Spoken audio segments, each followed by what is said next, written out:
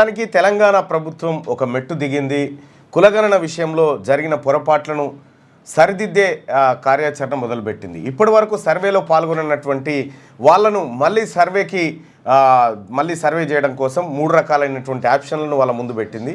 So ఇప్పటికైనా ఎవరైతే సర్వేలో పాల్గొనలేదో వాళ్ళందరూ దయచేసి సర్వేలో పాల్గొనండి.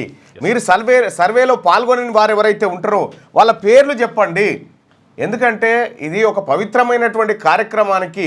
ఇప్పుడు బీఆర్ఎస్ పార్టీ కేసీఆర్ సర్వేలో పాల్గొనడు, కేటీఆర్ పాల్గొనడు, పల్లరాజేశ్వర రెడ్డి పాల్గొనడు, హరీష్ రావు పాల్గొనడు. కానీ వీళ్ళు మాత్రం సర్వే ఖరాబ్ అయిందని చెప్తా ఉంటారు. మీకు ఆ హక్కులే చెప్పడానికిగా భాజపా పాల్గొన్న వాళ్ళం మేము చెప్పాలి.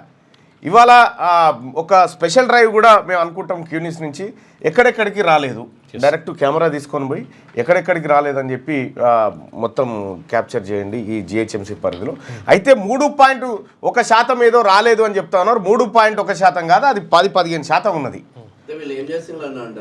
స్టిక్కర్లు వేసి వెళ్ళిపోయారు.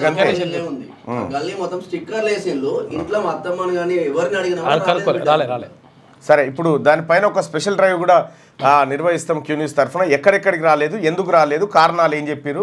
సో ఇక్కడ ప్రభుత్వం చెప్తున్నటువంటి కారణాలు సాహిత్యకమైనటువన్నా లేకపోతే ఏమన్నా అబద్ధాలు చెప్తా ఉందా, ప్రజలు ఏం చెప్తా ఉన్నారు అనేది కూడా ఒకసారి క్యూన్యూస్ ఆ వివరాలన్నింటినీ బయటకు తీసుకురాబోతా ఉంది. ఇవాళ ఎక్కడెక్కడ రాలేదు అనేది చెరవు పట్టె నుంచి తీసుకురావాల్సిందిగా మా మిత్రులకు విజ్ఞప్తి చేస్తూ, అలాగే 3.1% కాదు, అది 10 to 15% దాకా ఉంది ఇంకా మనం చేయాల్సినటువంటి. ఇంకా తూతూ మంత్రంగా చేసిందే, కాలనీలే తూతూ మంత్రంగా చేసినటువంటి ఉన్నాయి. కాబట్టి దాటిని సరిచేయండి. 3.1 అని మీరు భీష్మించుకొని కూర్చోకండి. ఎందుకంటే ఇంకెక్కువ ఉన్నారు. మన ఆధార్ కార్డులకు మన జనాభా పూర్తి లెక్కలకు పొంతం లేదు కాబట్టి ఇంకా ఆ విషయంలో కూడా ఒక మెట్టు దిగండి, తప్పేం కాదు. సరి చేసుకోవడంలో పొరపాటు లేదు. ఎందుకంటే జరిగిన పొరపాటును సరిదిద్దుకోవడంలో అంతకు మించినటువంటి మంచి పని లేదు.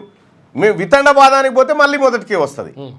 సో కాబట్టి రీసర్వేకి సంబంధించినటువంటి కార్యక్రమం ఏదైతే రాష్ట్ర ప్రభుత్వం చేస్తుందో రాష్ట్ర ప్రభుత్వానికి కృతజ్ఞతలు తెలియజేస్తూనే, అలాగే సర్వేను పూర్తి స్థాయిలో 100% సర్వే రావాలి. నాకు రాలేదని ఏ ఒక్క మనిషి చెప్పకూడదు. ఇక ఒకవేళ ఎవరు చేయించుకోలేదో వాళ్ళ పేర్లు బయట పెట్టాలి, ఇగో పలానా వాళ్ళు చేయించుకోలేదని. అంతే. సో అట్లా మనం ఈ సర్వేను విజయవంతం చేయాల్సినటువంటి అవసరం ఉంది.